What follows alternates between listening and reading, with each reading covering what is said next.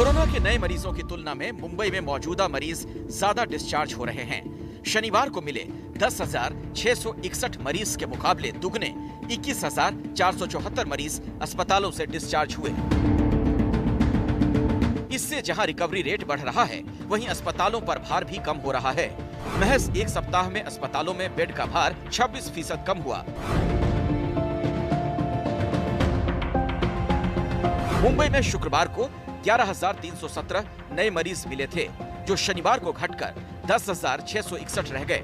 इसके साथ ही मुंबई का पॉजिटिविटी रेट शनिवार को 20% से कम होकर 19.54 हो गया। 9 जनवरी को 21.3% बेड्स पर मरीज थे, जो शनिवार को घटकर 15.7% रह गए। मुंबई का रिकवरी रेट महज 24 घंटे में 2% बढ़ा है। शुक्रवार को रिकवरी रेट 89% था, जो शनिवार को बढ़कर 91% तक पहुंच गया है।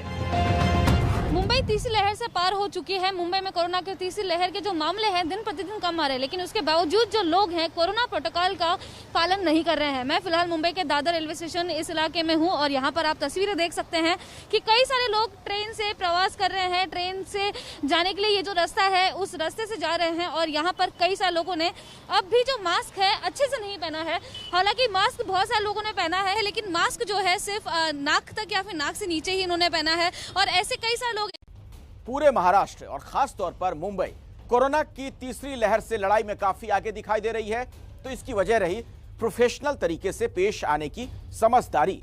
ऐसे इलाकों को खास तौर पर पहले ही पहचान लिया गया जहां से संक्रमण तेजी से फैल सकता था और उसी को आधार बनाकर बाकी इलाकों को संक्रमण से सुरक्षित करने का फैसला लिया गया।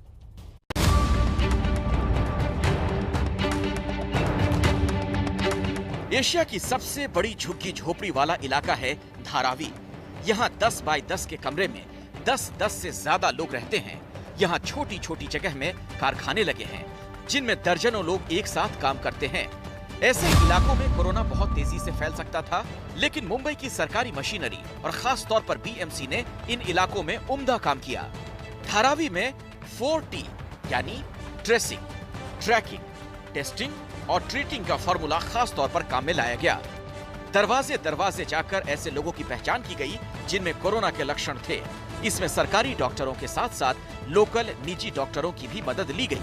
जगह जगह पर मोबाइल वैन्स के जरिए लोगों तक पहुंचने का काम हुआ। 9 क्लिनिक भी खोले गए जहां लोग अपनी समस्या को लेकर जा सकते थे। शुरुआत में केस बढ़े, लेकिन पिछले हफ्ते से इसमें गिरावट आनी शुरू हो गई। इसी तरह महाराष्ट्र सरकार ने दूसरे इलाकों के भी काम किए। अस्पतालों में बेड की व्यवस्था के लिए वार्ड वॉर रूम्स बनाए गए। जो भी यात्री विदेश से आ रहे थे, उनके लिए सेल्फ पे क्वारंटीन का इंतजाम अच्छे अस्पतालों में किया गया। लेकिन जो पैसे नहीं दे सकते थे, उन्हें बाइकुला, रिचर्डसन और क्रूडास के जंबो सेंटर में जगह दी गई।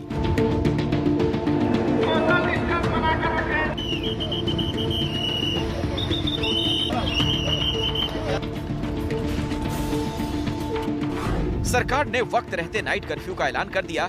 इससे भी संक्रमण रोकने में मदद मिली।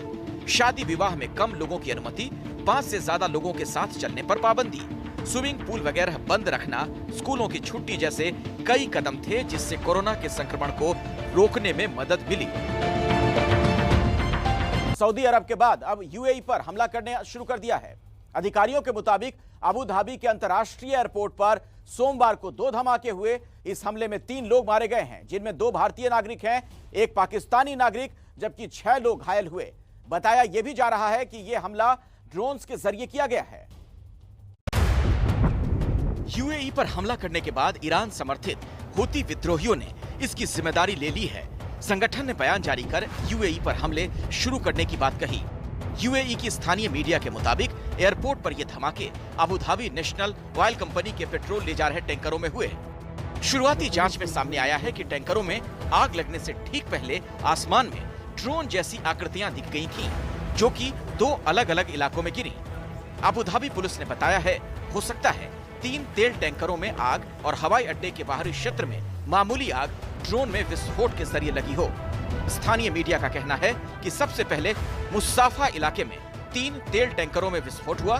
हूती संगठन के नियंत्रण वाली फोर्स के प्रवक्ता याहिया सारी से जुड़े एक ट्विटर अकाउंट के एक पोस्ट के मुताबिक हूतियों ने आने वाले घंटों में संयुक्त अरब अमीरात में बड़ा सैन्य अभियान चलाने की योजना बनाई है।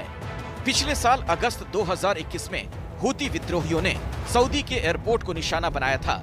इससे पहले फरवरी 2021 में हूती विद्रोहियों ने दक्षिणी सऊदी अरब के एक एयरपोर्ट पर ड्रोन से हमला किया था, जिसके चलते एक नागरिक विमान में आग लग गई थी।